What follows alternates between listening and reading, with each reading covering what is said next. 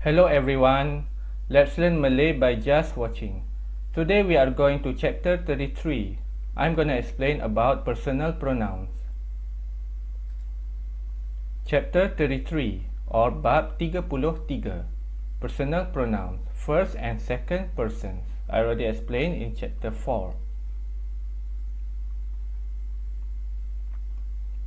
Melayu, Malay. English, English. Melayu, saya, I, or me. Awak, you. In chapter 4, I explained briefly about saya and awak. Dia, he, him, she, her. Ia, it. Ia for object, non-human or animal. Kita, kami, we, us.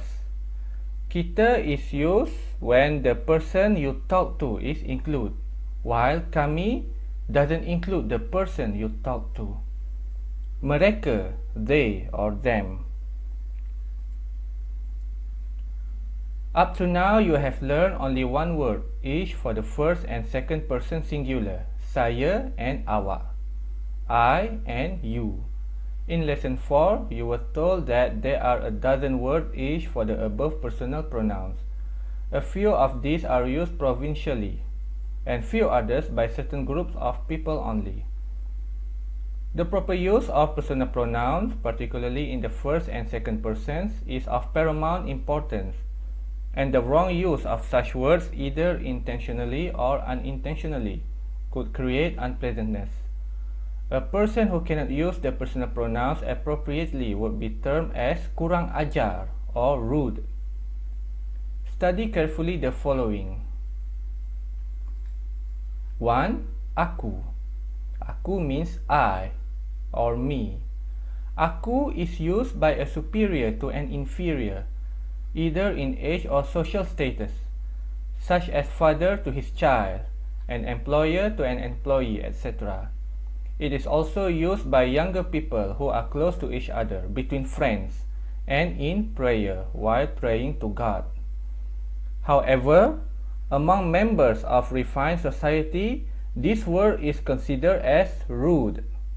Teachers would certainly avoid using it. The word aku is sometimes abbreviated to ku. The opposite of aku is engkau. Its abbreviation is kau. Examples. Kau panjat dan petik buah itu, biar aku kutip di bawah. You climb up and pluck the fruits, I will gather them below. Biar means let me gather them below. Ya Allah, oh God, ampunkanlah dosaku. Ampun means forgive. Forgive me of my sins. Negaraku means negara aku, my country. Kawanku, kawan aku, my friend. Negaramu, negara kamu. Kamu also means you, same like engkau, your country. Kawanmu, your friend. But in conversation, usually between friends, close friends, they use aku and kau. Number 2, Humber. Humber means slave, is a polite word and is used widely by people in Kelantan and Upper Perak.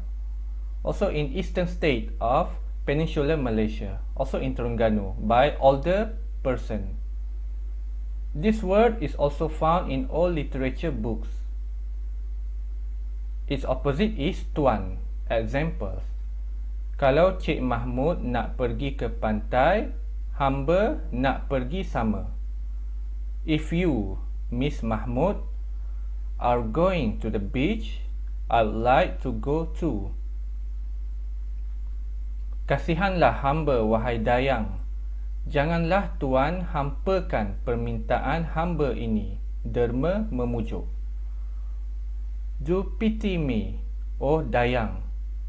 Please do not spurn my request, said Derma coaxing. 3. Tuan Humber means your master slave. Tuan Humber means you. It's older word. It's found in old literature books. This is becoming obsolete. Its opposite is tuan. Tuan means sir. 4. Humber Datuk, the Datuk slave. Datuk is a title of social status, higher status. Humber Datuk is also obsolete. It's used perhaps when one is addressing as Datuk Penghulu.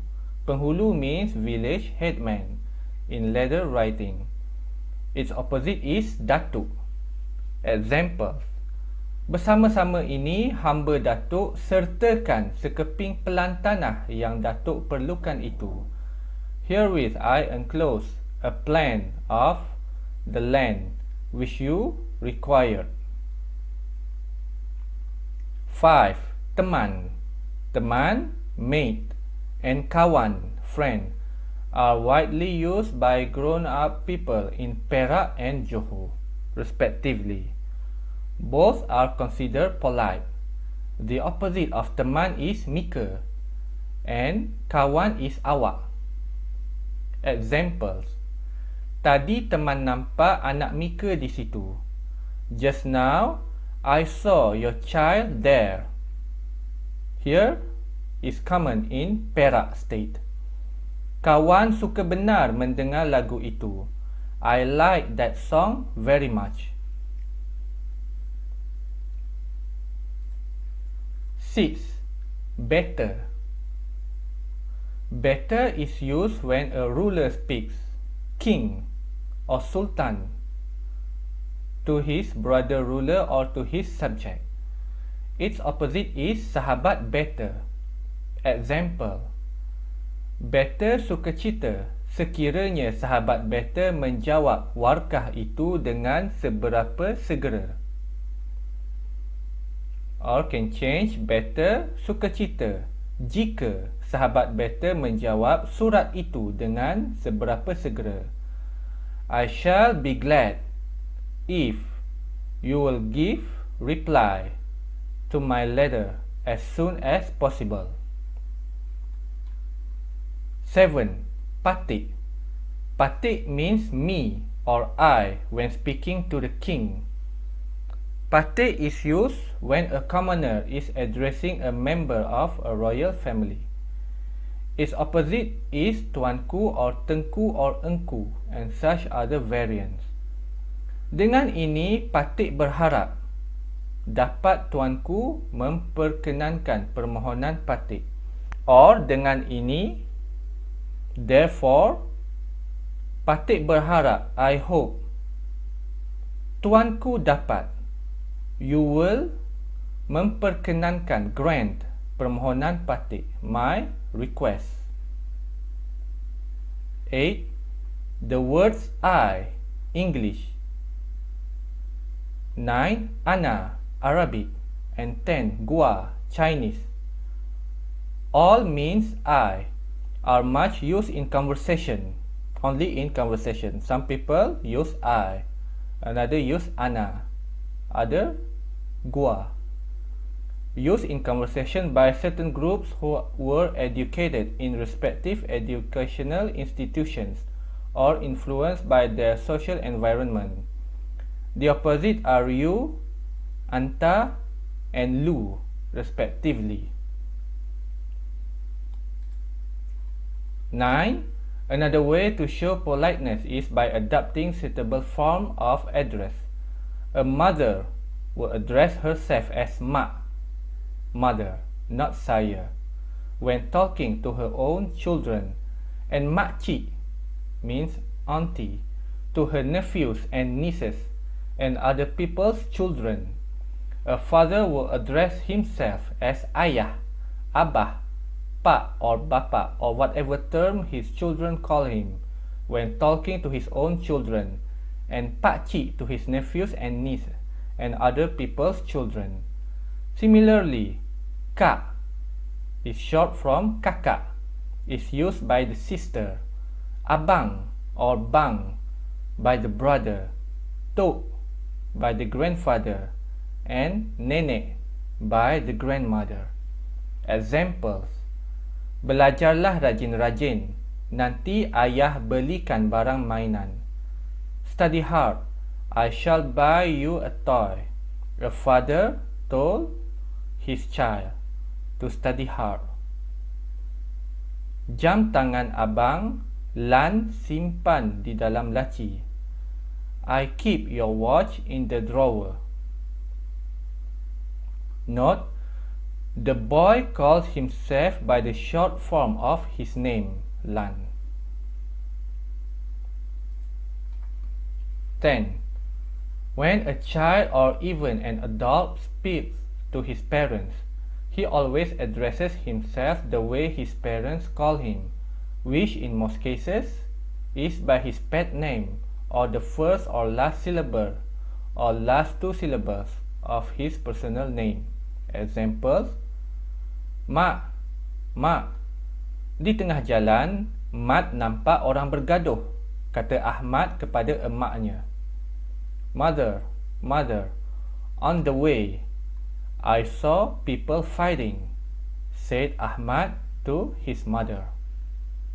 Ahmad or Muhammad, we short, become Mat. 11. Some teachers address themselves as cikgu when talking to their pupils, while others prefer saya. Both are fine, but you as student should be never address your teacher as awak. You should address your teacher as cikgu. It would be kurang ajar or biadab, rude. 12. The opposite of saya is either awak, saudara, saudari, or anda. The use of awak has been explained in lesson 4.